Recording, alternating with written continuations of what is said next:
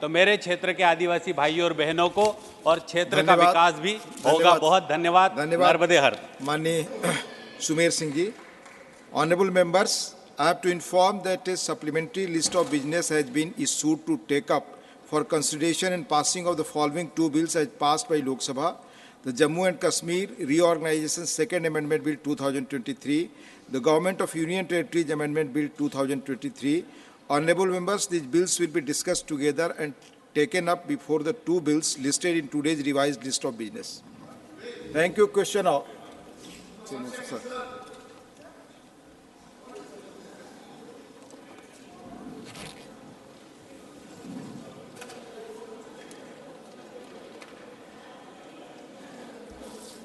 Honorable members, question hour.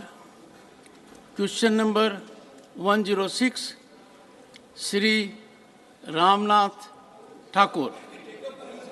Run संख्या 106। Honorable Minister. Hi. First supplementary, Shri Ramnath Thakur.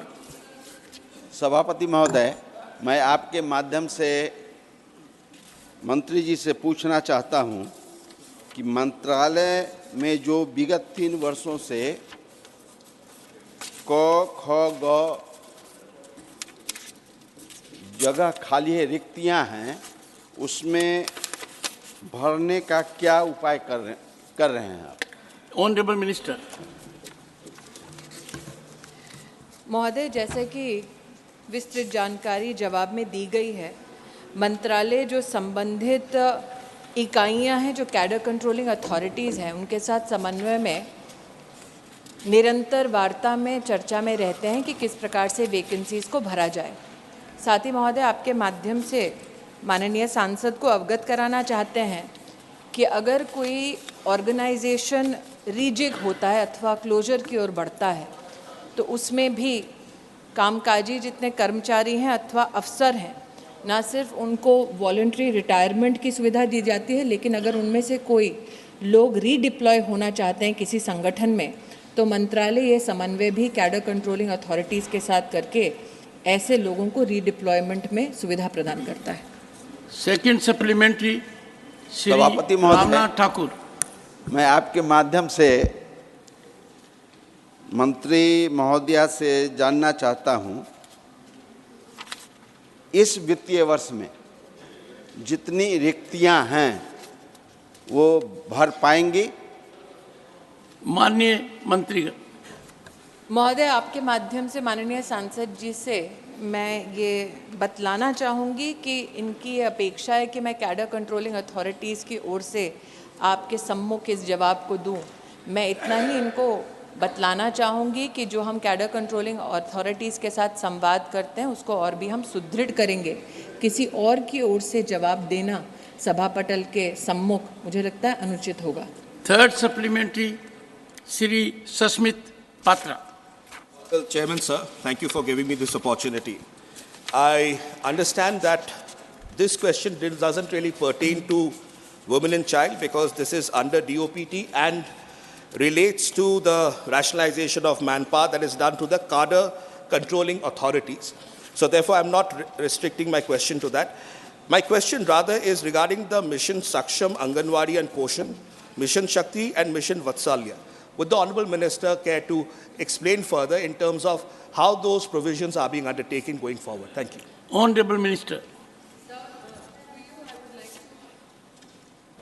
Through you, sir, I'd like to acknowledge the Honourable Member's kindness and grace with which he has accepted that the said question does not pertain particularly to my division. However, sir, with your kind permission to digress a little from the question posed and to address the concerns of the Honourable Member, Mission Shakti amalgamates the resolve of the government in collaboration with state governments to ensure that women who are in conflict with law or who are in need of protection of law find refuge in collaborative attempts between both the centre and the state. Just to highlight one of the efforts, in the history of our country, we've never had one-stop crisis centres established to aid women in their own district. The Honourable Prime Minister was insistent that every district has such a established crisis center. Today, close to 700 one-stop crisis centers are functional under this very mission, which have helped lakhs of women. This is the mission that has also helped coordinate all women helplines in the country. 35 such helplines across the country are running, which have addressed phone calls which have come through from close to 22 crore women who are in need of support. Similarly, sir, with your permission, Mission Poshan Saksham Anganwadi pertains to the service delivery mechanism for nutritional needs of not only children under the age of 6 but also pregnant and lactating mothers. Prime Minister was again instrumental in ensuring that we digitize services. Today, close to 13.9 lakh Anganwadis are digitally enabled. We track benefits and service delivery for over 100 million beneficiaries, of which 2.5 crores are women, 7.5 crores are children below the age of 6. We also run a special helpline number 14408, where we call in the beneficiaries to see whether the digital interface is genuinely percolating to the ground as is reflected on dashboards. So through you, I would also like to highlight that the Prime Minister has ensured that pregnant women receive additional cash transfer in their bank accounts so that we can promote institutional deliveries and reduce maternal mortality.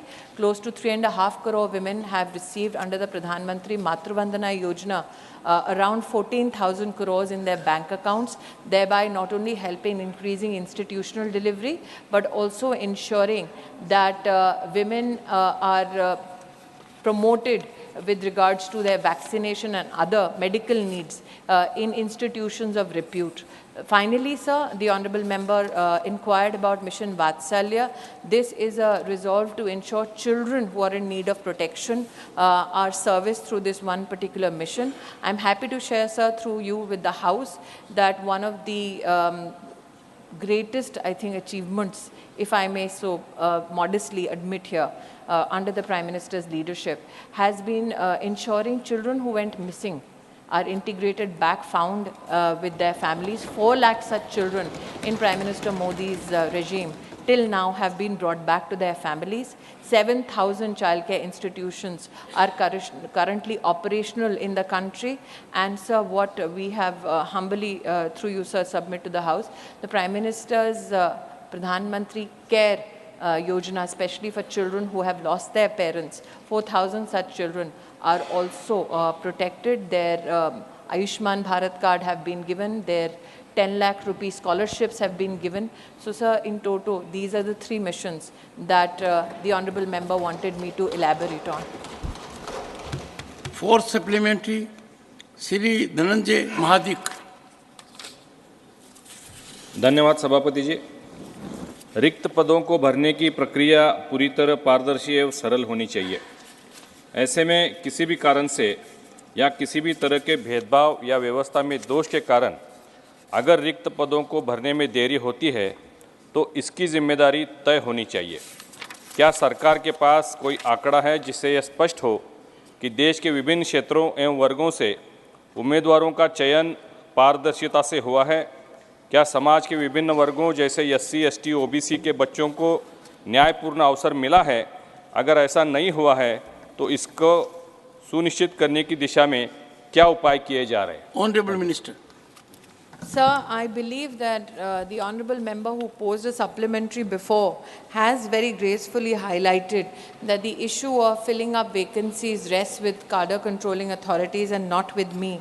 But I can only say this to the Honourable Member who poses this question now, that if one has reflected on the Rozgar Mela that have been undertaken under the aegis of the Prime Minister's leadership, you will find that over 8 lakh government positions have been filled by Prime Minister Modi's government.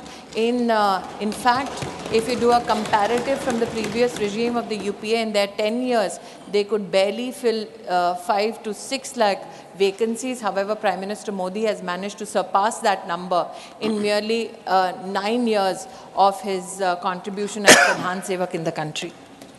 5th supplementary, Shri Krishnaiya Raiga. Chairman, the cooperative department at central level, it is in uniform. Already there is every state is having cooperative departments. Whether the central government departments are coordinating with the state government, that is number one. Second one, SC, ST, OBC reservations are not there in cooperative in some of the states. The Central Act also not cleared whether all level SC, ST, OBC reservation are maintaining or not. Honorable Minister. So I'm sure, as many esteemed members of the House know, and so does the gentleman, I don't have the privilege of being the Minister of Cooperative. That privilege rests with Shri Amit Shah. Question number 107, Professor Manoj Kumar Jha.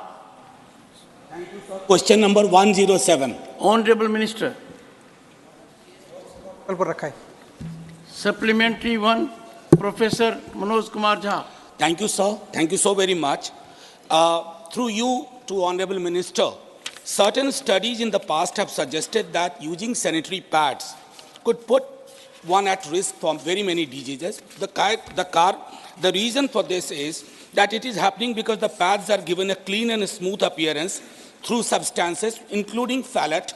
I just urge, because it ultimately proves to be harmful. May I ask the Honorable Minister whether the government has considered the regulation of such chemicals in the manufacturing of sanitary napkins, which actually goes used in plastic softening? Honorable Minister. So the honourable member, through you, seeks to ask a question regarding manufacturing and the raw material used in sanitary pads, which is again not pertaining to my ministry. However, I can say here, sir, that the Honourable Prime Minister has ensured that through 10,000 Janaushadhi Kendras in the country, sanitary pads are available at 1 rupee. And to my knowledge, sir, thus far, I have not heard of or read of any complaints from that product. Second supplementary, Professor Manoj Kumar Jha. Thank you, sir. I wish to say, draw the attention, sir, 1992-93, Bihar was the first state under the leadership of Laluji, which gave menstrual leave for the first time, followed by Kerala. For supplementary. So, my question is that what measures are in place to make compulsory provisions for employers to grant certain number of paid menstrual leaves to female employees? Thank you, sir. Honorable Minister.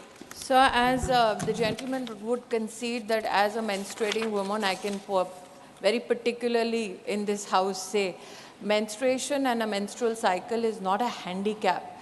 Neither it's a natural part of a woman's life journey. Given that women today are opting for more and more economic opportunities, I will just put my personal view on this, sir. I'm not the officiating ministry. We should not propose issues where women are in some way denied an equal opportunity just because somebody who does not menstruate has a particular viewpoint towards menstruation. Professor Manoj Jha, you were very kind to give me medicine for my throat. I think you need for yourself also. Third supplementary, Darshana Singh ji. धन्यवाद सभापति महोदय, आपने मुझे बोलने का अवसर दिया।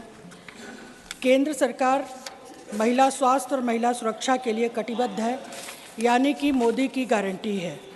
महोदय, सैनिटरी पैड का महोदय, मैं आपके माध्यम से माननीय मंत्री जी से जानना चाहती हूँ कि सैनिटरी पैड का वितरण एक अत्यंत सराहनीय कदम है, लेकिन इसके साथ साथ सैनिटरी पैड के डिस्पोजल की व्यवस्था भी सुचारू रूप से की जानी चाहिए। इसकी नितांत आवश्यकता है। इसके लिए इंसिनरेटर की व्यवस्था होनी चाहिए जिससे उपयोग में लाए जा चुके सैनिटरी पैड का डिस्पोजल किया जा सके। महोदय, मैं आपके माध्यम से माननीय मंत्री जी से ये जानना चाहती हूँ कि देश में सरकार इंसिनरेटर स्थापित करने के बारे में क्या कोई कार्य योजना बना रही है? माननीय मंत्री महोदय, आपके माध्यम से मैं कहना चाहूँगी कि हमारे राष्ट्र के इतिहास में मेंस्ट्रुअल हाइजीन प्रोटोकॉल और management of menstrual hygiene product की कोई व्यवस्था ही नहीं थी। 2014 में मोदी सरकार के आने के बाद विशेषतः मिशन जल शक्ति को मिनिस्ट्री ऑफ ड्रिंकिंग वाटर और सैनिटेशन जिसे कहा जाता था, उनके माध्यम से एक प्रोटोकॉल ग्रामीण अंचल में और शहरी इकाइयों में किस प्रकार से मेंस्ट्रुअल हाइजीन प्रोडक्ट्स की वेस्ट की मैनेजमेंट हो, ऐसा नेशनल प्रोटोकॉल और प्रदेश की सरकारों के साथ प्रोटोकॉल स्थापित आज से 9 साल पहले ही स्थापित कर दिया गया था। Fifth supplementary Shri Shantanu Sen. Sir, the data shown by National Family Health Survey is really very alarming. It shows that till date, 27% of young rural women, they need to resort to the unsanitary process of protection during the menstrual cycle, and 71% of women, they are hardly having any experience regarding the menstruation till they face the first menstrual cycle. And there is a gross disparity between, so far the awareness is concerned, amongst the rural population and the urban population. In our state of West Bengal, our government has taken several measures. Through you, my humble submission to my honorable minister is, how many states and districts have functional sanitary napkin disposal machines? When was the last audit of quality and quantity of such machines? Honorable Minister. The Honourable Member, sir, through you, has sought information with regards to the administrative frameworks and mechanism of state governments across the country. The Honourable Member would concede that this doesn't fall under my ministry's purview and is within the purview of state governments from whom he seeks an answer. I would here, sir, in combination of a response that I seek to give to the Honourable Member and the lady member who spoke before, I would like to here highlight that the Jan Aushadhi Kendras and the 1 rupee sanitary pad that I spoke of also has introduced OXO biodegradable sanitary pads, which in itself at 10,000 locations is currently functionally available. Insofar as the Honourable Member's concern about more and more awareness, I can here, sir, also highlight the presence of a senior ministerial colleague, Giriraj ji, and I think that the women in self-help groups across the country have done exemplary work to ensure that menstrual hygiene awareness is something that is partaken in by village and community members across the country. I would also here, sir, highlight that this Samagra Siksha Abhiyan of the Ministry of Education insists on engaging not only with adolescent girls, establish incinerators, sanitary pad vending machines, but also ensures that there is an outreach to boys of the adolescent age so that the awareness is not limited to young girl or women in the community alone. Last supplementary, Fulo Devi Netan.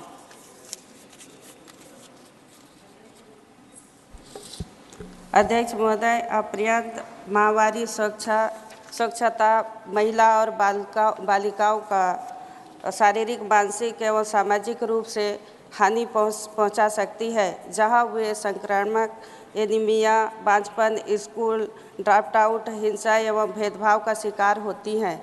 राष्ट्रीय परिवार स्वास्थ्य सर्वेक्षण 5 के अनुसार 27% युवा ग्रामीण महिलाएं अपने माहवारी चक्र के दौरान सुरक्षा के अस्वच्छ साधनों का सहारा लेती हैं। क्या सरकार इन राज्यों के लिए विशेष योजना बनाने का विचार रखती है? Honourable minister. वर्तमान में प्रधानमंत्री जी के दिशा आदेश अनुसार देश में 1 लाख से ज़्यादा आरोग्य मंदिर, जिसे आप हेल्थ एंड वेलनेस सेंटर्स के रूप में जानते हैं, उनके माध्यम से एक विशेष अवेयरनेस प्रोग्राम साप्ताहिक चलाया जाता है। ट्रेन टीचर्स के माध्यम से मेंस्ट्रुअल हाइजीन के संदर्भ में ना सिर्फ प्रोडक्ट कैसे यूज़ करना, ना सिर्फ प्रोडक्ट को डिस्पोज कैसे करना, बल्कि समाज में भी इस प्रकार से इसकी जागरूकता लाना ताकि महिला या विशेषतः लड़कियां इस संदर्भ में अगर कोई प्रश्न पूछना चाहे तो उनको किसी प्रकार का संकोच ना हो। मुझे लगता है sir, one of the greatest challenges, and I speak from a personal experience of having worked in the field of women and children for the past 2 decades, one of the greatest challenges was, one, the social stigma around it. Never in the history of our country did we have a prime minister who spoke from the ramparts of the Red Fort about availability of a sanitary pad. That itself created a tectonic shift about how menstruation is to be perceived in our country. Second, sir, is the fact that women mostly are in some way constrained because affordability of menstrual hygiene products had become a challenge. And I think that the affordability of a sanitary pad at 1 rupee addresses that challenge, sir.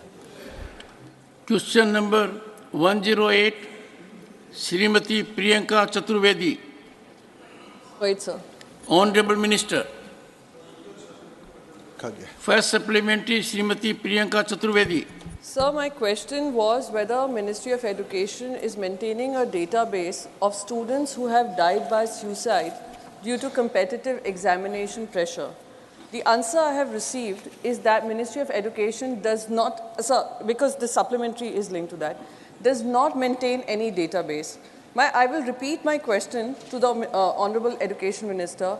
Does he plan to incorporate data building systems, considering we have seen a 70% rise in students committing suicides in the past decade? Doesn't it become necessary, sir? Honorable Minister. अध्यक्ष जी, हमारी देश में गृह विभाग, national crime record bureau, ये एक बहुत सालों से एक वेल एस्टैब्लिश मैकेनिज्म है देश भर की सारे इस प्रकार की दुर्भाग्यपूर्ण घटनाओं को या क्राइम की एक रिकॉर्ड रखने के लिए, क्योंकि बहुत सारा चीज़ इंटरकनेक्टेड है, मल्टी डायमेंशनल है, दुखद है। इसीलिए कभी शिक्षा विभाग, और शिक्षा भी एक कॉन्करेंट लिस्ट की विषय है, राज्यों की और केंद्र सरकार की कुछ अपनी अपनी दायित्व है, उसमें कभी ये आवश्यकता महसूस नहीं किया गया कि विद्यार्थियों के बारे में जो अभी इन दिनों में एक सबकी चिंता की विषय बनी है, उसको एक अलग रिकॉर्ड रखने की आवश्यकता है। ना हमें भी लगता है कि भविष्य में इसकी कोई आवश्यकता रहेगी, क्योंकि एक देश में NCRB एक well establish, well acknowledge report है, सभी लोग उसको कोट करते हैं। बाकी आदरणीय सदस्य जी ने एक तथ्य उन्होंने कोट किया, मैं उसकी पृष्ठभूमि नहीं जानता हूं। पिछले डिकेड्स में 70% ग्रोथ हुई है, ऐसा उन्होंने एक तथ्य कोट किया। अगर उनके पास इस प्रकार की कोई तथ्य है तो ऑथेंटिकेट करे, लेकिन मेरे पास जो तथ्य है उसको मैं आपके सामने, NCRB जो सरकारों की तथ्य है उसको मैं आपके सामने रखना चाहूँगा। अभी अभी 2022 की NCRB की रिपोर्ट में accidental death and suicide in India एक कॉलम रहती है ADSI के अंदर हमारे देश में एक्सीडेंट और सुसाइड ये दोनों को मिला के विभिन्न कारण, कई कारण है, उसमें 1,70,924 सुसाइड हुए हैं। ये संबंधित राज्यों की FIR रजिस्ट्रेशन से ये डाटा बनी है। उसमें मैं इस गृह को इन्फॉर्म करना चाहूँगा, ADSI में एक कॉलम है फेल्योर इन एग्जामिनेशन, ये भी एक कॉलम है। वो दुर्भाग्यपूर्ण, उसकी मैं जिम्मेवारी पिछले दिनों में भी लिया था, आज भी लेता हूँ, आज नागरिक, आज जिम्मेवार व्यक्ति। उसकी प्रतिशत 1.2 है। 1,70,924 की दुर्भाग्यपूर्ण घटना के अंदर एग्जामिनेशन के कारण है 1.2। इसकी जो बेस कहाँ से लाया गया, उसकी 70% ग्रोथ कहीं हुई, इसकी मैं तथ्य मेरे पास नहीं है, इसलिए मेरे पास जितना तथ्य है मैंने दिया। और मैं जिम्मेवारी लेता हूं कि किसी भी एक भी, ये तो जीरो ही होनी चाहिए, लेकिन जो समाज की स्थिति है उस समय में ये घटना आज है, मैं इस दुखद इंफॉर्मेशन को सदन में रखता हूं। Second supplementary, Shrimati Priyanka Chaturvedi. Sir, मैंने भी जो आंकड़े रखे थे पूरी जिम्मेदारी से NCRB का डेटा था, और मैंने पिछले 10 साल की बात कही थी, और मैं बड़ी जिम्मेदारी से ये प्रश्न पूछ रही हूँ क्योंकि student suicide is a cause of concern. My second question would be, considering वो कह रहे हैं कि डेटा बनाने की ज़रूरत ही नहीं है कि NCRB is doing a brilliant job, कि जो काफ़ी ऐसे डेथ्स होती हैं जो मेंटल हेल्थ को लेकर होती हैं कि उनके पास एग्जामिनेशन, कम्पिटिटिव एग्जाम्स में प्रेशर इतना होता है, तो क्या ministry of education private institutions को भी ये गाइडलाइंस देगी, खासकर कि कोटा जैसे जो शहर हैं जहाँ पे ये सुसाइड ज़्यादा होते हैं, कोई प्राइवेट गाइडलाइंस, प्राइवेट इंस्टीट्यूशंस को गाइडलाइंस देंगी for checking on their mental health and understanding if the child has that capacity to continue sitting for a competitive exam? Thank you sir. Honourable minister. अध्यक्ष जी, ये बात सही है, ये सभी की कंसर्न को मैं भी स्वीकार करता हूँ, और पिछले दिनों में स्टूडेंट और जो एंट्रेंस में बैठने वाले कम आयु के स्टूडेंट, जिसकी आज एक कोटा सिंड्रोम जिसको कहा जाता है, ऐसे चीज सभी को चिंतित करती है। लाखों की संख्या में विद्यार्थी लगभग जेई, नीट, सीयूईटी और लॉ की एग्जामिनेशन में लगभग 70 लाख बच्चे और विभिन्न इंस्टीट्यूशन की उस प्रकार की एग्जामिनेशन में बैठते हैं। और फिर एक बार एडमिशन लेने के बाद उन इंस्टीट्यूशंस की जो पैटर्न है उनमें से एक आधा घटना ऐसे सामने आती है। उसको ध्यान में रखते हुए सरकार, केंद्र सरकार कई प्रकार की इनिशिएटिव लिया है। यूजीसी, एआईसीटी बीच बीच में इस प्रकार की चिंता को ध्यान में रखते हुए एडवाइजरी दिया है।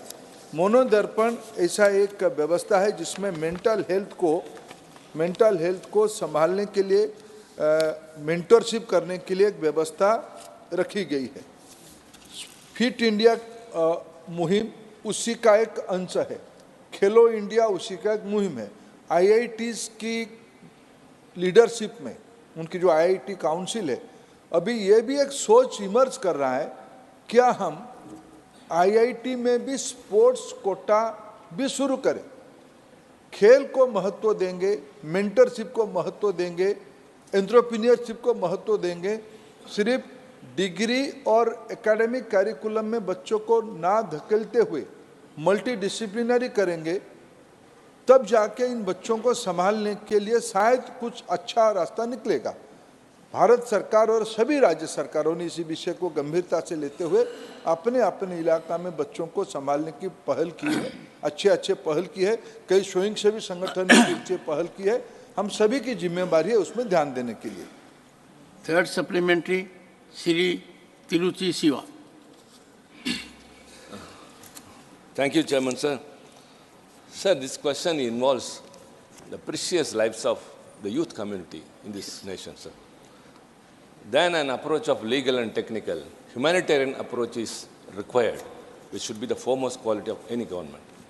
Sir, after the advent of NEET examination for medical, so far 16 students have committed suicide in Tamil Nadu and around 100 and odd in Rajasthan, sir. Because bright students at school level, since they are not able to take a new type of examination, though they have scored much in their school level, they are not able to take that examination and are not able to afford to the private coaching institutions. So some people who can afford to the coaching center, they get the admission, and these people are denied of. So by way of that, they lose confidence and commit suicide.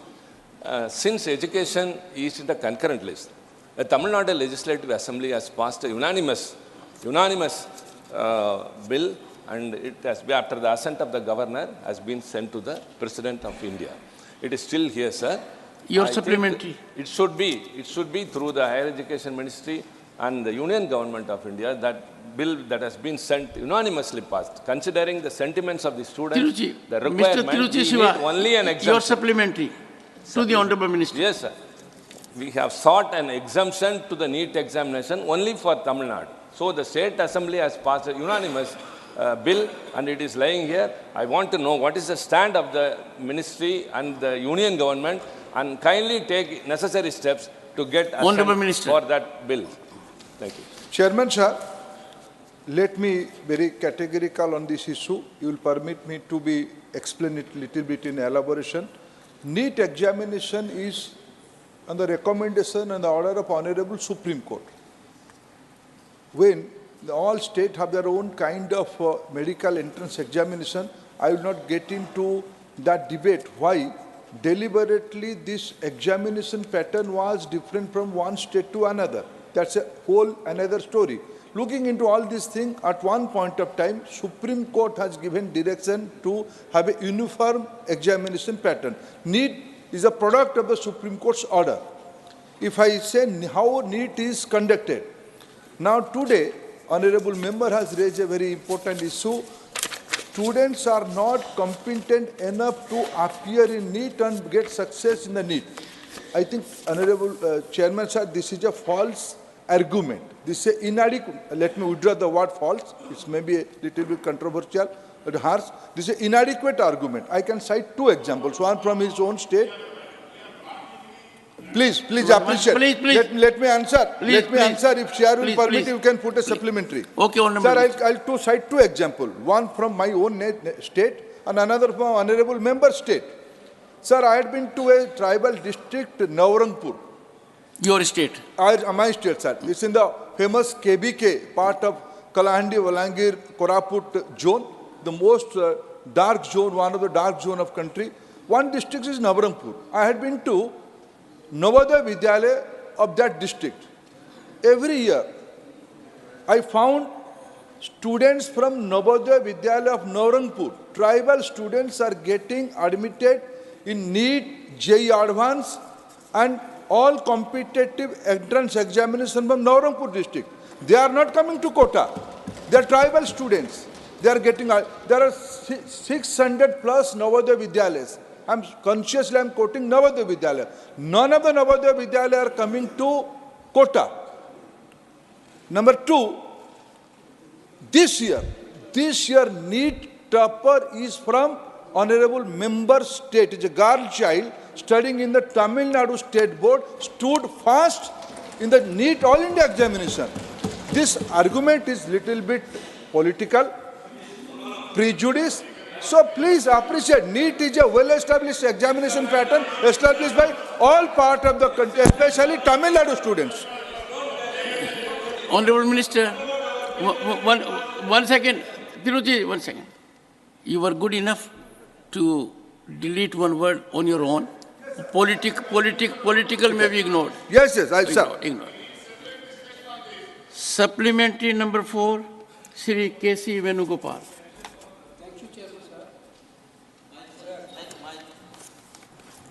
Thank you, Chairman, sir. Honorable Minister, in his reply, told us that there is no sufficient data of student suicide in the IIT, IIM, the Central University.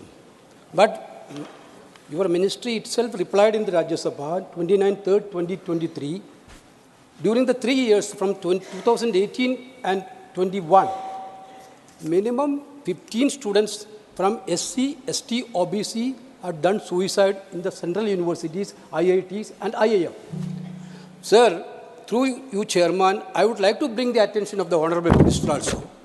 The dropout of the students' records, more than 13,000 of students from SC, ST, OBC had been dropped out from IIT, IIM and Central University during the last 5 years only. I am clubbing with these things. There was caste discrimination. There are headlines are there in the media. There were in the media last 6 months before.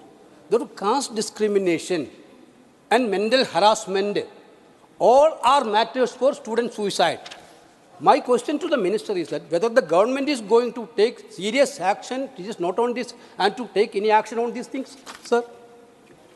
Honorable Minister. I have mentioned the numbers.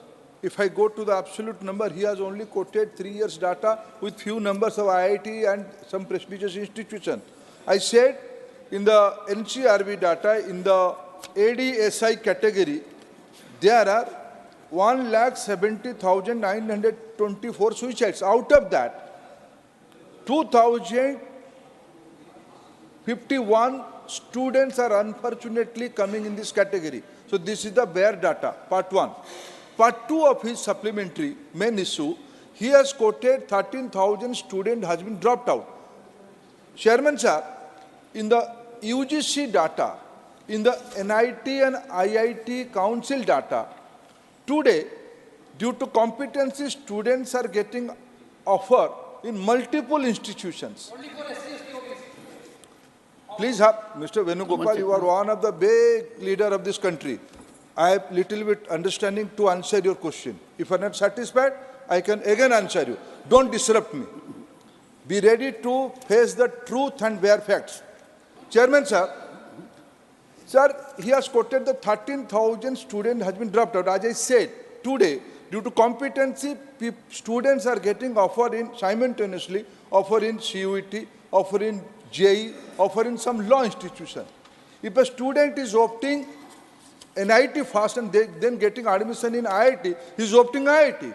So cumulatively, all this one admission and getting in another admission in the another institution, Unfortunately, UGC is calculating this is a dropout. This is due to lot of offer, good other offer, people are opting the different course. Part 2, if we are mentioning about SC, ST, OBC, if you permit, I can cite you in the last 10 years. If I compare in the base of 13-14, there is a substantive increase in all categories in the gross enrollment ratio of SC, ST, OBC and women students. Right now, I don't have the data. I can share this data through you to honorable member. In all the 4 categories, SC, ST. In other day, I have answered that categorical in Lok Sabha. When I will get a chance to speak in the bill today, I will quote the data. Then facts will be in front of him. If he will not satisfied, then again I will come to him. No, sir. One second. No. I appealed. One second. I appealed to the honorable members that this is an issue. We must all involve ourselves. We can make huge contributions. Let us help evolve an ecosystem where we head towards minimizing these suicides and bring them to zero. Everyone has a role to contribute. 5th supplementary, Sri Ramchandra Jangda. Rajasthan में Kota coaching hub के रूप में जाना जाता है और सबसे ज़्यादा आत्महत्या की घटनाएं भी वहाँ से सूचनाएं आती हैं। मैं पिछले दिनों बड़ी एक हास्यास्पद सी खबर छपी कि वहाँ पंखों की डिजाइनिंग बदली जाएगी, उनकी राड स्प्रिंग की हो ताकि कोई लटके तो नीचे टिक जाए। ये बड़ी हास्यास्पद है। सवाल ये है कि ऐसी मानसिक स्थिति क्यों हो कि बच्चा आत्महत्या करने की सोचे। मैं आपके माध्यम से मंत्री महोदय से जानना चाहता हूँ कि कोचिंग सेंटर्स में क्या पढ़ाई के घंटे तय किए जाएंगे और वहाँ खेल कूद और मनोरंजन की व्यवस्था की जाएगी। अगर ऐसा कोई उल्लंघन करे तो ऐसे कोचिंग सेंटर्स की मान्यता भी रद्द करी जाने की कोई सरकार की योजना है? धन्यवाद। Honourable minister. अध्यक्ष जी, आदरणीय सदस्य ने एकदम सही विषय उठाया। कोटा की सारी जो रचना है, और कोटा केवल नहीं है, देश की कुछ राज्यों में इस प्रकार की सेंटर्स इमर्ज किए हैं। थोड़ा बाजारवादी व्यवस्था, मध्यवर्गीय आकांक्षा और कुछ अतिस्पर्धा के कारण ये सारे उपज है। ये चिंताजनक विषय है। अभी सरकार ने राज्य सरकारों को कॉन्फिडेंस में लेते हुए, कई राज्य सरकार तो जिस राजस्थान की उल्लेख किया जाता है, वहाँ की उस समय की राजस्थान सरकार तो उसके ऊपर एक स्ट्रिक्ट गाइडलाइन भी लाया था। कितने घंटे? मान्यवर, आज भी वही सरकार है जब तक शपथ नहीं हो जाती है। You see, we have to be on a constitutionally firm ground. वो बात सही है। राजस्थान सरकार ने पिछले दिनों में कोटा की इंस्टीट्यूशन चलेंगे कैसे, वो एक अच्छा सर्कुलर भी निकाला था। सभी राज्य सरकार उसको एक रेगुलेशन की फॉर्म पे भी कन्वर्ट किए हैं। भारत सरकार की ओर से ये सारा विषय को, माननीय सदस्य ने जो विषय उल्लेख किया है, उसको ध्यान में रखते हुए एक एलाबोरेट एडवाइजरी भी भेजा है। ये सारे चीजों को संभालने की आवश्यकता है। I will be open to a discussion on this issue as the members may feel. Question number 109, Shri Santosh Kumar P. Sir, question number 109. Honorable Minister. On the table of the House. First supplementary, Shri Santosh Kumar P. Thank you, sir. Actually, there were 4 questions and 3 questions are not properly answered. But it is rightly stated that education is the grievances of parents and students. Honorable Minister. Chairman, sir, this question is regarding policy guideline for the preventing private schools for pushing the students for the uniform to buy from a particular place.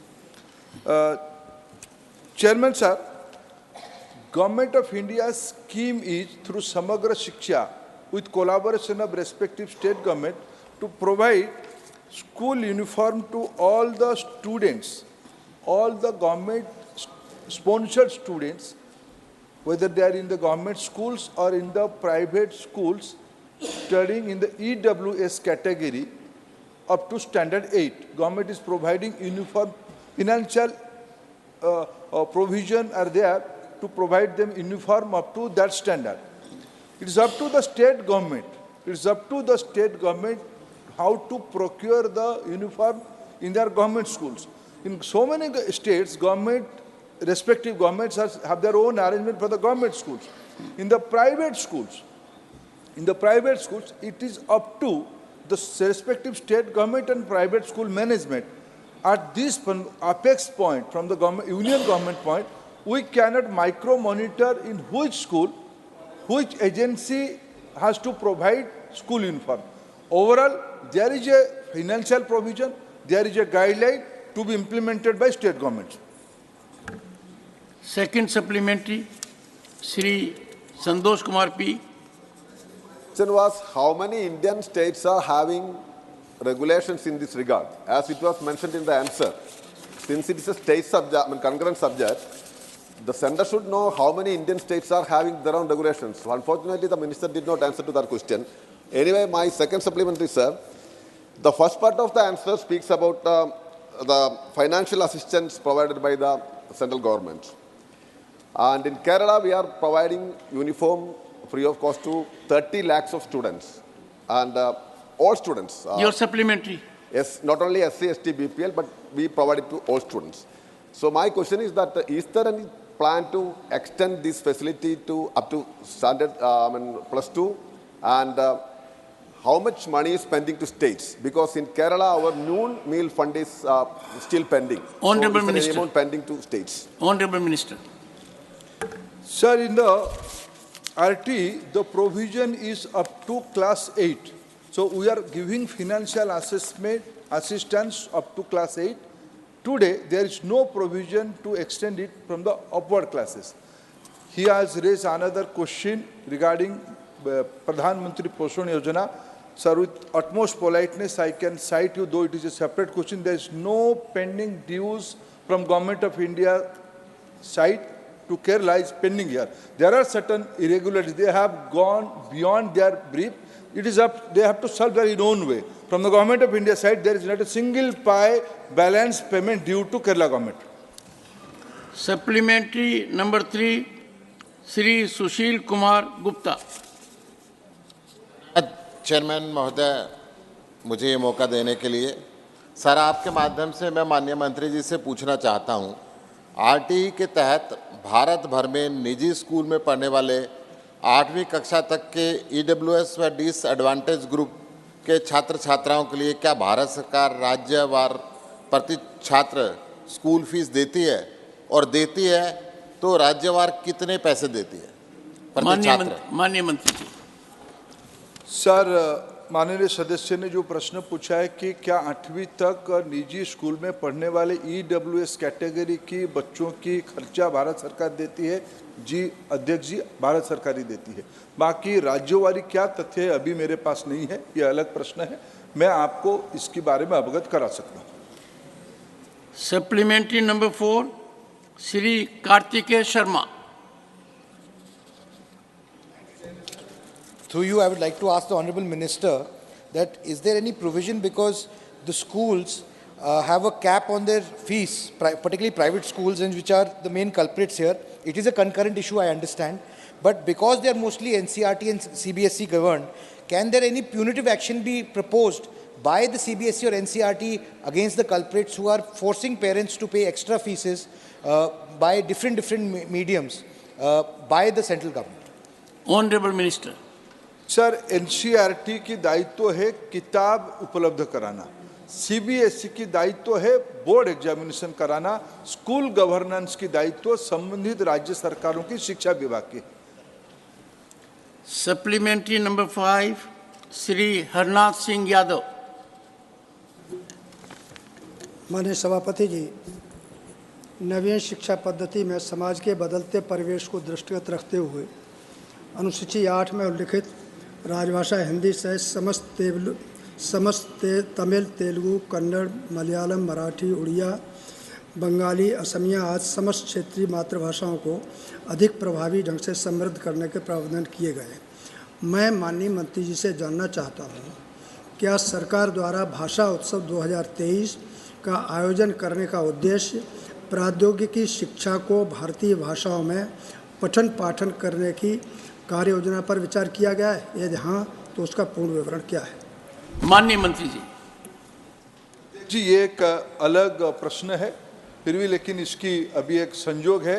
पिछले 11 दिसंबर को भारतीय भाषा उत्सव के मनाने में एक महत्वपूर्ण दिन गया। सुब्रमण्यम भारती जी का जन्म तिथि था। माननीय सदस्य जी ने जो कहा वो सही कहा। इन दिनों में राष्ट्रीय शिक्षा नीति की रिकमेंडेशन में, सुपारिश में भारतीय भाषाओं की आधार पे देश में अनेक राज्यों में तकनीकी शिक्षा और चिकित्सा शिक्षा, मेडिकल एजुकेशन, मध्य प्रदेश में तो मेडिकल एजुकेशन में चिकित्सा शिक्षा भी पढ़ाया जाता है। IICT जैसे संस्था भारत की सभी क्षेत्रीय स्थानीय भाषा में, सभी मातृभाषा में इसको पढ़ाने का व्यवस्था भी किया है। अभी माननीय प्रधानमंत्री जी देश को संबोधित करते हुए कहा है, there is no regional language, all भारतीय भाषा आर नेशनल लैंग्वेज। वो तमिल हो, बंगाली हो, उड़िया हो, सभी भाषा, अहोमिया हो, मलयालम हो, सभी भाषा राष्ट्रीय भाषा है। राष्ट्रीय शिक्षा नीति के प्रमुख परामर्श है सभी भारतीय भाषाओं को इक्वल महत्व देना, सभी में पाठ्य पुस्तक पढ़ाने का व्यवस्था करना। Question number 110, Shri Vivek Thakur. 110। Honourable minister, first supplementary Shri Vivek Thakur. आदरणीय सभापति महोदय, मैं माननीय गृह मंत्री जी को सर्वप्रथम बधाई देता हूं कि निरंतर राजभाषा विशेषकर हिंदी को बढ़ावा देने के लिए प्रयासरत रहते हैं। सभापति महोदय, टेक्नोलॉजिकल डेवलपमेंट्स हो रहे हैं और AI, IoT, ब्लॉकचेन इत्यादि राजभाषा को हम और के माध्यम से और अधिक सुगम बना सके, किंतु अक्सर हम देखते हैं कि सरकारी आदेश हो, पत्राचार हो, कानून हो, सुप्रीम कोर्ट या हाई कोर्ट के आदेश हो, इनका ट्रांसलेशन बड़ा क्लिष्ट होता है और बड़ा समझ से परे होता है। लीगल लैंग्वेज सरल हो, इस पर आदरणीय प्रधानमंत्री का ही बहुत जोर रहता है। हम मेडिकल की पढ़ाई भी कोर्स जैसा कि माननीय मंत्री जी ने कहा, लोकल लैंग्वेज में भी शुरू कर चुके हैं। ये मुद्दा बड़ा रहा है। क्या सरकारी वेबसाइट का हिंदी वर्जन पढ़ना आसान है? नहीं, वो भी कठिन है। मैं माननीय मंत्री जी से ये बताने की कृपा करूंगा कि राजभाषा विभाग ने राजभाषा को सहज और सुगम बनाने हेतु तकनीक और प्रौद्योगिकी को बढ़ावा दिया है, और यदि हाँ तो तत्संबंधी ब्यौरा क्या है? माननीय मंत्री जी।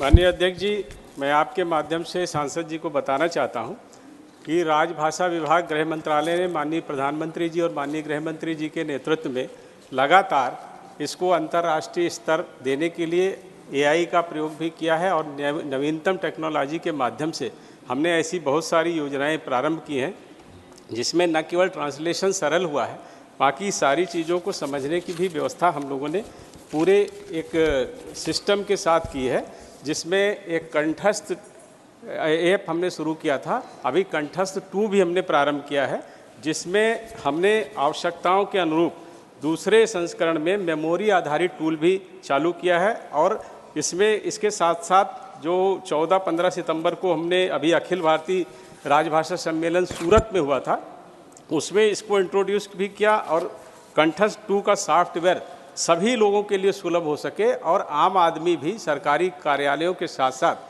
आम आदमी भी उसको ट्रांसलेशन ठीक से कर सके, इसके लिए एक मोबाइल ऐप भी हमने अभी विश्व हिंदी सम्मेलन फिजी में प्रारंभ किया था, जिसमें एंड्रॉयड और iOS के साथ साथ इसको मोबाइल पर आप ले सकते हैं। दूसरा जो कंठस्थ 2 का था, अभी हमने जो 14-15 सितंबर को पुणे में इसको हमने इंटीग्रेट किया है ई-ऑफिस से। तो ई-ऑफिस में जितने भी सरकारी कार्यालय हैं जो जुड़े हुए हैं, उनके लिए मेमोरी आधारित और उस पर पहले से जो ट्रांसलेशन होगा उसके आधार पर वो उसका लाभ ले सकते हैं। जो दूसरा हमने इसमें विषय रखा है वो लीला ऐप है हमारा, जिसके माध्यम से हमारी 14 भारतीय भाषाओं को, हिंदी अंग्रेजी के अलावा 14 ऐसी भारतीय भाषाएं जिसमें बांग्ला, बोडो, गुजराती, कन्नड़, कश्मीरी, तमिल, तेलुगु ऐसी सभी भाषाएं हैं। इनके सीखने के लिए इन भाषाओं से हिंदी या अंग्रेजी जो भी सीखना है तो इसके लिए भी ऐप है और सरल भाषा में उपलब्ध है, बिल्कुल निःशुल्क है और ठीक उसी प्रकार ये आर्टिफिशियल इंटेलिजेंस के माध्यम से काम करता है। जैसे एक अध्यापक किसी शिक्षण को देता है, उसी आधार पर ये हिंदी सीखने में मदद करता है। और तीसरा जो आपने अभी माननीय मंत्री जी ने अपने इससे पहले वाले प्रश्न में उत्तर दिया है, हमारे प्रधानमंत्री जी और हमारे गृह मंत्री जी ने सभी भाषाओं को भारतीय भाषा कहा। एक समय था जब भाषाओं को लेकर के भी लोग राजनीति करते थे, लेकिन हमारी जब से सरकार आई है हमने सभी भारतीय भाषाओं को पूर्ण सम्मान देते हुए इसको प्रारंभ किया और उसी के लिए हिंदी शब्द सिंधु नामक एक पूरा डिजिटल और ऑनलाइन हमने एक डिक्शनरी बनाई है, जिसमें सभी भारतीय भाषाओं के प्रचलित शब्द जो विज्ञान, पत्रकारिता, मेडिकल, इंजीनियरिंग, आम बोलचाल की भाषा में जिनकी ज़रूरत होती है उन सब को हमने शामिल किया है। और उसके साथ साथ वो ऑनलाइन उपलब्ध भी हैं और वाक्य का प्रयोग, मेमोरी आधारित जो भी उसमें ट्रांसलेट करेंगे वो भी मिलेगा। इसके अलावा जो हमारे केंद्रीय कार्यालय होते हैं उनके लिए हमने ई ऐप शुरू किया है, जिसके माध्यम से सारे जो हमारे केंद्रीय कार्यालय हैं उनको ट्रांसलेशन करना और आम भाषा में समझना। जैसे उन्होंने कहा कि भाषाएं बड़ी क्लिष्ट होती हैं, वो पहले का समय था, अब आप करेंगे तो हमने इसको वेबसाइट पर भी डाला है, जिसमें narakas.rajbhasha.gov.in ये जो ऐप है इस पर भी आपको इसका ट्रांसलेशन का मिल जाएगा। दूसरा, इसमें जो हमने 12,000 से अधिक ऐसे वाक्यों को भी संग्रहित किया है जो केंद्रीय कार्यालय में रोज़मर्रा के प्रयोग में आते हैं, उसको टाइप करते ही पूरा वाक्य उसका सामने आ जाएगा। ऐसे अनेकों प्रयोग हम आर्टिफिशियल इंटेलिजेंस के और टेक्नोलॉजी के नवीनतम प्रयोग के साथ इस तरह से कर रहे हैं, जिससे हिंदी सहित सभी भारतीय भाषाओं का प्रयोग हमारे देश के सभी नागरिक कर सकें। Second supplementary, Shri Vivek Thakur. सभापति महोदय, ब्यौरा तो माननीय मंत्री जी ने विस्तृत दे ही दिया है, लेकिन मेरा यही आग्रह है कि जो लीगल लैंग्वेज की एक बात हुई उसका कनेक्ट किस तरह से एस्टैब्लिश करने में सहयोग जो है संबंधित विभाग कर सके, क्योंकि आज परिवर्तन भी हो रहा है पूरे कोड्स ऑफ प्रोसीड्योर का भी, तो इसके साथ क्या प्रयास हो रहा है ये मैं जानना चाहूँगा। देखिए, ये एक समग्र प्रयास है माननीय अध्यक्ष जी, और हमने शिक्षा मंत्रालय के साथ जैसे अभी बताया नई शिक्षा नीति के माध्यम से मातृभाषाओं सहित प्राथमिक विद्यालयों में ही हम 3 भाषाओं का प्रयोग करेंगे और उच्च शिक्षा में जो हमारी ग्रेजुएशन लेवल की शिक्षा है उसमें 10 भाषाओं में कोर्स प्रारंभ कर दिए गए हैं और अति शीघ्र अनुसूची में सम्मिलित 14 भाषाओं में भी कोर्स प्रारंभ होंगे मेडिकल। और उसके साथ साथ अभी मैं माननीय सदस्य को आपके माध्यम से बताना चाहूँगा कि क्लैट की परीक्षा भी हिंदी में हो सके, इसके लिए बार एसोसिएशन ऑफ इंडिया ने इसकी सहमति दर्शा दी है और क्लैट की परीक्षा भी किसी भी भाषा के माध्यम से जो परीक्षार्थी देना चाहेंगे दे सकेंगे। इसके अलावा जो हमारी लॉ यूनिवर्सिटीज़ हैं उनमें भी ये बार एसोसिएशन ऑफ इंडिया ने स्वीकार कर लिया है कि अगर वो जिस भाषा में शिक्षा लॉ की देना चाहें उनके पास उपलब्धता हो वो दे सकते हैं।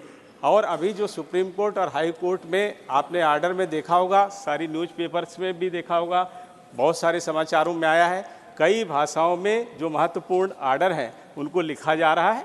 और उसके साथ साथ आप हाई कोर्ट और सुप्रीम कोर्ट के लगातार CJI भी इस बात को कह रहे हैं कि ज़्यादा से ज़्यादा भारतीय भाषाओं में हम आर्डर को लिख सकें, और माननीय प्रधानमंत्री जी और माननीय गृह मंत्री जी भी इसी उद्देश्य को लेकर चल रहे हैं। सप्लीमेंट्री थर्ड, श्री जवाहर सरकार। Mr.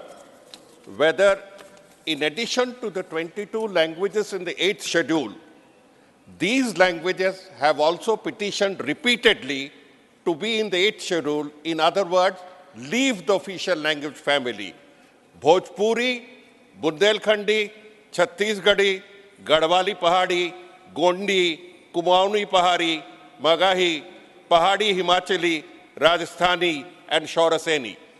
These 10 languages have repeatedly petitioned that they should be considered as independent languages, not as Hindi. In other words, they would willingly like to leave the Hindi official language family. Is it correct? Yes, no. Honorable Minister, Honorable Member may note tie down the minister for yes or no. माननीय That is not appropriate. माननीय Honorable अध्यक्ष जी, इस देश में भाषा के आधार पर राजनीति बहुत लंबे समय से चली है, जिसके कारण ही भारतीय भाषाएं जिस स्थान पर पहुंचनी चाहिए थी वो नहीं पहुंची थी। लेकिन 2014 के बाद जिस तरह के प्रयास हुए हैं, सकारात्मक प्रयासों से आज पूरे विश्व में भारतीय भाषाओं का भी सम्मान बढ़ा है और लगातार जो हमारे भारतीय हैं उनको भी गौरव की अनुभूति होती है जो बाहर हैं। हमने भी अपने गृह मंत्रालय के राजभाषा विभाग से न केवल मॉरिशस में विश्व हिंदी सचिवालय की स्थापना की है, साथ ही साथ 5 बड़े शहरों में हमने नराकाश जो हमारे नगर राजभाषा कार्यान्वयन समिति के दफ्तर भी हैं उनको भी हमने बनाया है। और आपको ये मैं बताना चाहूँगा कि हमारे यहाँ जो भी भाषाएं हैं वो हमारी सब हैं, हमारी संस्कृति, हमारी परंपरा और भारत के ज्ञान और इतिहास के विषय में उनमें सब में है। वो सभी भाषाएं हमें प्रिय हैं। जिस तरह से जो उसका सिस्टम है, जो भाषाएं उसमें आएंगी, समग्र होंगी, उनको सभी को सम्मिलित किया जाएगा। माननीय मंत्री ji, honourable member wanted whether some step is being taken with respect to languages he had referred to. सभी भाषाओं के लिए लगातार प्रयास हो रहे हैं और उन नहीं अभी जो देखिए आपको मैं उत्तर दे रहा हूँ, आप अगर आप उसको समझना नहीं चाहते, भाषा के आधार पर आप राजनीति करना चाहते हैं तो उसके लिए आप स्वतंत्र हैं, लेकिन वास्तविकता ये है। मिस्टर जॉन ब्रिटास, माननीय अध्यक्ष, I have intervened, still you jump on your chair. माननीय अध्यक्ष जी, बहुत सारे and mind you, no, by induction, no, my problem is Saket is following you soon enough. So take your seat, Honorable Minister. Honorable Minister. आप कहना चाहते हैं? आदरणीय जवाहर सरकार जी ने 10 भाषाओं का उल्लेख किया। केवल 10 भाषा नहीं, भारत में अभी तक जो भाषा की दुनिया था, जिसको गृह विभाग के नेतृत्व में राजभाषा समिति उसकी चिंता कर रही थी, ऑफिशियल लैंग्वेज डिवीजन, उसकी मूल और एक दुनिया शिक्षा विभाग के साथ जुड़ी हुई है, संस्कृति विभाग के साथ भी जुड़ी हुई है। देश में अभी तक 8th शेड्यूल में भाषाओं को एनलिस्ट करके राजभाषा की ऑफिशियल लैंग्वेज की मान्यता की एक प्रक्रिया रही है। अध्यक्ष जी, जिसके बारे में गृह सहज रूप में चिंतित होना स्वाभाविक है। जवाहर सरकार जी ने से 10 भाषाओं के बारे में कहा है, जिसके बारे में मंत्री जी ने उत्तर दिया, उसकी एक प्रक्रिया है। लेकिन मैं उस विषय को थोड़ा आगे बढ़ाना चाहता हूं। अभी राष्ट्रीय शिक्षा नीति की जो रिकमेंडेशन है, भारत की सभी मातृभाषा और स्थानीय भाषा, consciously the expert committee has used the term mother tongue and local language. आज using technology, when we are competent enough to through using technology, we are going to teach our students medical science education, legal education and other engineering education courses through local language। ऐसे ही मूल समस्या क्या है? पढ़ने लिखने की व्यवस्था में मातृभाषा और स्थानीय भाषा आनी चाहिए। राष्ट्रीय शिक्षा नीति जिस चिंता में जवाहर सरकार जी ने प्रश्न पूछा है, उसकी उत्तर देती है। धीरे धीरे, जैसे इस बार सीबीएसई ने सर्कुलर निकाला है, सीबीएसई की टीचिंग लर्निंग मटेरियल प्रारंभिक अवस्था में 22 शेड्यूल लैंग्वेज में भी उपलब्ध होगा। धीरे धीरे ये सारा भाषाओं को भी जहां स्टूडेंट डिमांड करेगा, आज टेक्नोलॉजी को यूज करते हुए उनके लिए हम उपलब्ध कराएंगे। सप्लीमेंट्री 4 श्री राकेश सिन्हा। जवाहर सरकार, honourable member with his one second. Honorable member with his experience knows how a constitutional mechanism is in place for that inclusion. Take steps. As a member, you can do it. Please take initiative. Supplementary number 4. सभापति श्री राकेश सिन्हा। ये अवसर देने के लिए धन्यवाद। पहली बार ऐसा हुआ है कि राजभाषा विभाग ठोस रूप में काम कर रहा है। इसके पहले ये कर्मकांड की योर सप्लीमेंट्री। मैं मंत्री जी से जानना चाहता हूं कि जिस प्रकार से भाई रघुवीर ने 1955 में एक एक्सटेंसिव डिक्शनरी तैयार किया था, जिसमें 14,000 तकनीकी शब्दों का अनुवाद था, क्या इस तरह से एक बड़े डिक्शनरी को तैयार करने की ऑनरेबल कोशिश मिनिस्टर, होगी? सभापति महोदय, एक चीज और जुड़ा हुआ you will miss out the time, 20 seconds only. छोटी सी बात इसमें है कि राजभाषा विभाग हिंदी शब्द सिंधु नामक एक डिक्शनरी है जो माननीय गृह मंत्री जी के नेतृत्व में तैयार की जा रही है, जिसमें सभी भारतीय भाषाओं के प्रचलित शब्दों को हमने शामिल किया है और उसमें लॉ, इंजीनियरिंग, मेडिकल, पत्रकारिता ऐसे सभी शब्दों को शामिल किया है। The House will meet at 2 p.m. today.